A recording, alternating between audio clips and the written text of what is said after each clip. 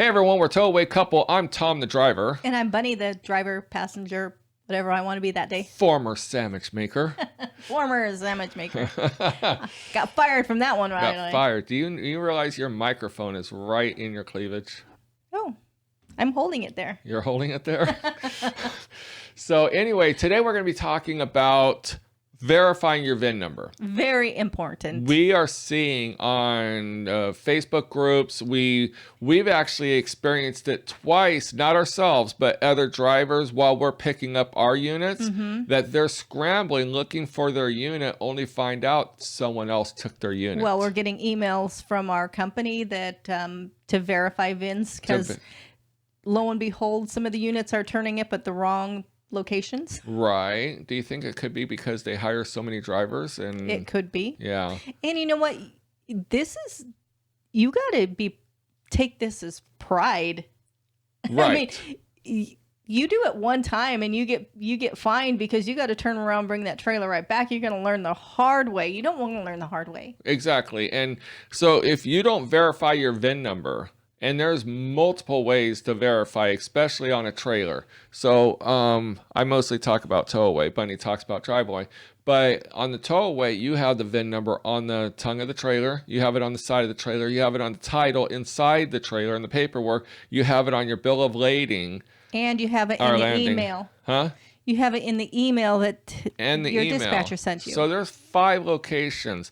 Now, the problem that we hear from the others is one guy was looking for his motorhome. He kept calling and saying the motorhome's not here, and they're like, yes it is. And they made this guy look for a motorhome for like 2.5 3 hours before they finally came out.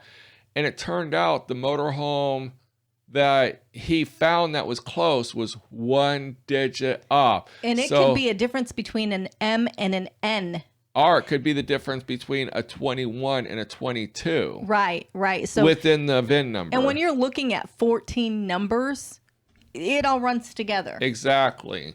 So a lot of times your BOL it won't even have the full VIN. It might even have a partial of 8 or 6. Or the last 5 or something. So you got to make sure you match up the whatever the last 5 is or 6 with the actual name of the unit. If it's the Wolf Pack or whatever it is. There's so many different ones. There's so many, but it says what you're picking up. Yes. And it says the length of the trailer. So you got a lot of cues and clues. And there's been times where we've doubted that 31-foot trailer was 31 foot. It looked a heck of a lot longer. Like 38 foot. We doubted it all the way there. And Tom kept asking me, did you check? I'm like, check everything. And not only, I learned this one from one of our children who has got some learning disabilities. I don't just read it silently. I read it out loud. 3 times. So and I'll then be like, I verify it. 4 N V M, and I go back through and I go through each one to verify that I've got that correct unit. Now, when you pick up the trailer, you have to take pictures of the trailer. You got to take pictures of the VIN. And you got to take pictures of all your paperwork showing any scratches or dents or dings or anything like that.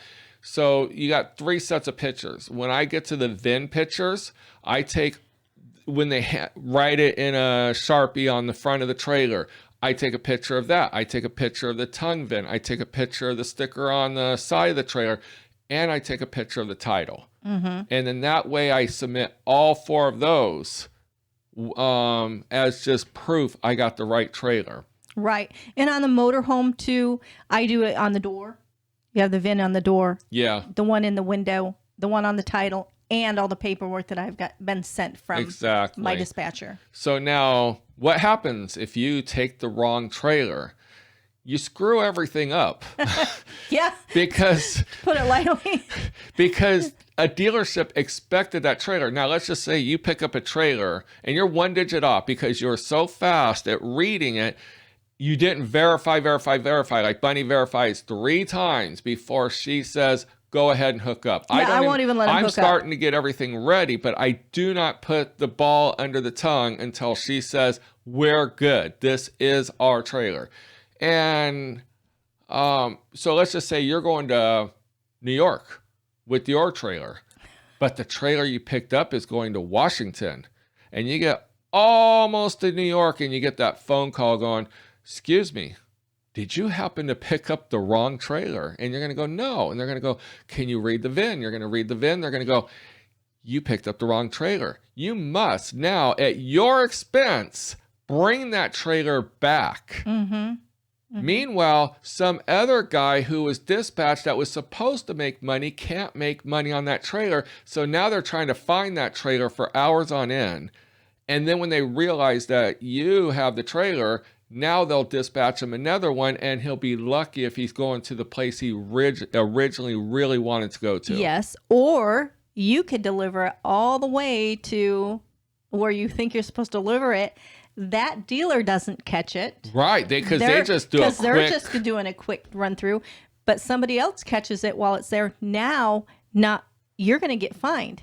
Yeah, and you got to go all the way to that dealership if you want to keep your job and pick up that trailer and bring it back to the yard, all out of your pocket. Yep. Time, effort, energy, everything. So, Deb, if it takes you 5-10 minutes out of your time, then let it take 5 or 10 minutes out of your time. It certainly beats $2,000. Absolutely. So just remember, this is your business. You are 1099. You are not an employee. They're not going to pay for your mistakes. Take the pride in ownership. Take pride in ownership and do your job right, and you will have, all of our dispatches, we haven't had a single problem with that, but we've seen it ourselves firsthand, and we're seeing it all over Facebook. And when our company sends out an email to all the 1,000+ drivers saying, stop it, check your VINs before you go, there's got to be a problem.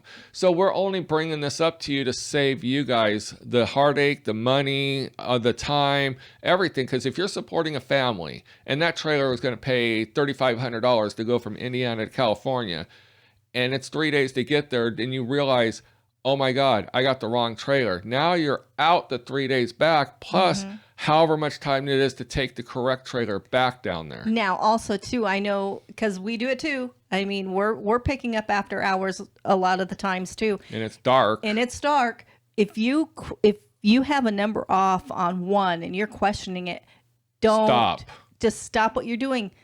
Take a nap in your truck. Wait until you can get a hold of a dispatcher. If you get a hold of a dispatcher before midnight, you're good. But after midnight, I wouldn't even touch that trailer. I wouldn't pull it out of the yard, because you're responsible for that trailer. I would rather kill 10 hours downtime than 10 hours on the road with the wrong trailer. With the fuel and everything, and the risk of damaging. Yes. Because you're not covered at it. Well, you're covered with your insurance, but you're not covered. No.